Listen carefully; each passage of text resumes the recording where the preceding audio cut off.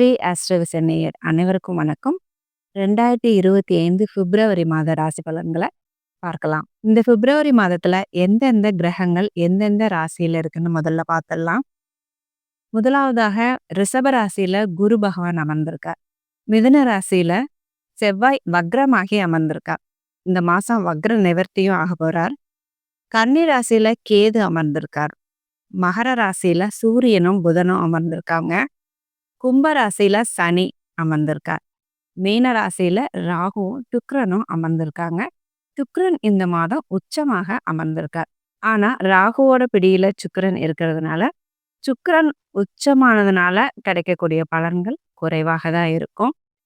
போக போக சுக்கிரன் ராகுவோட பிடியிலிருந்து விலகும் போதுதான் சுக்கிரன் உச்சம் அடைஞ்சதுனால நமக்கு கிடைக்கக்கூடிய பலன்கள் முழுமையா கிடைக்கும். இதுதான் இந்த மாதத்தோட கிரக நிலை. இப்போ இந்த கிரக நிலையில ஒவ்வொரு ராசிக்கும் எந்த மாதிரி நிகழ்வுகளை கோள்கள் கொடுக்க காத்துட்டு இருக்குன்னு பார்க்கலாம். மேசம்.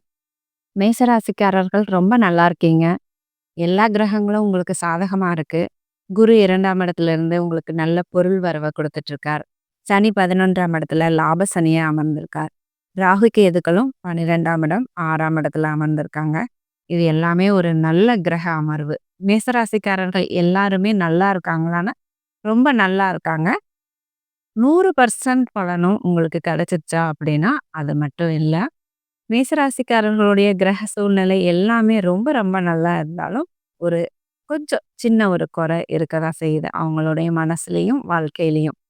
அதற்கு என்ன காரணம்னா சனி 11ஆம் இடத்துல இருந்து 3ஆம் பார்வையா உங்களுடைய ராசியை பார்க்குறார்.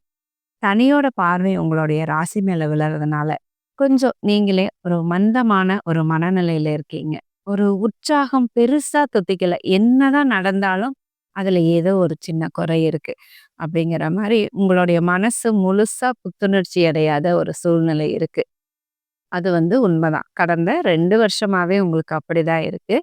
ஆனாலும் இப்ப கிரக சூழ்நிலைகள் மற்ற கிரக சூழ்நிலைகள் எல்லாம் இப்போ ஒரு சாதகமா இருக்கிறதுனால அதை பத்தி பெருசா அலட்டிக்காம உங்களுடைய வாழ்க்கை போகுது.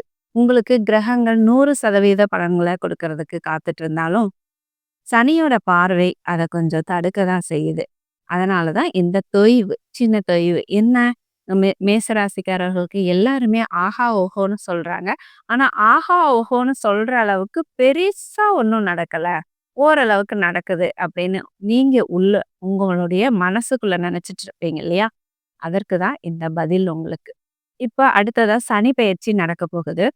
அந்த சனி பெயர்ச்சியின் போது உங்களுடைய ராசியை பார்த்துட்டு இருந்த சனி பகவான் விலக போறார். இந்த சனி பெயர்ச்சிக்கு பிறகு மார்ச் இறுதியில நடக்கிற இந்த சனி பெயர்ச்சிக்கு பிறகு உங்களுடைய மனசு முழுமையான ஒரு புத்துணர்ச்சியை அடையும்.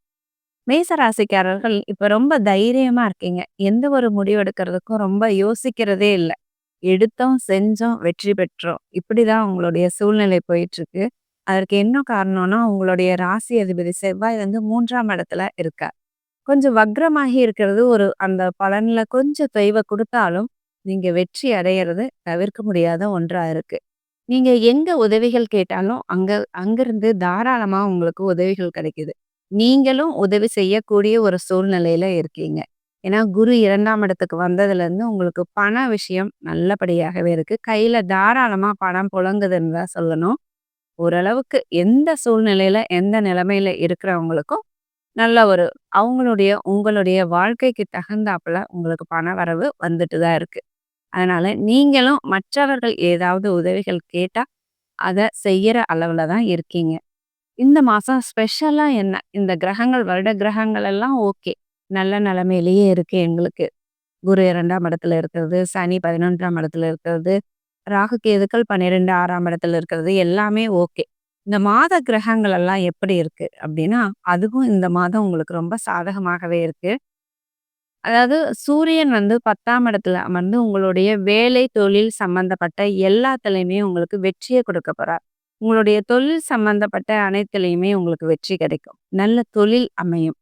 நீங்க புதுசா தொழில் ஆரம்பிக்கணும்னு நினைச்சிருந்தீங்கன்னா கூட இந்த மேசராசிக்காரர்கள் இப்போ தொழில் ஆரம்பிக்கிறதுக்கு அருமையான மாதம் இந்த மாதம். உங்களுடைய ஜீவனஸ்தானமும் அதுதான். மேசராசிக்காரர்களுக்கு ப்ரமோஷன்லாம் கிடைக்கக்கூடிய ஒரு நல்ல மாதமா இருக்கும். ப்ரமோஷன், பட்டம், பதவி எல்லாமே இந்த மாதம் உங்களுக்கு கிடைக்கும்.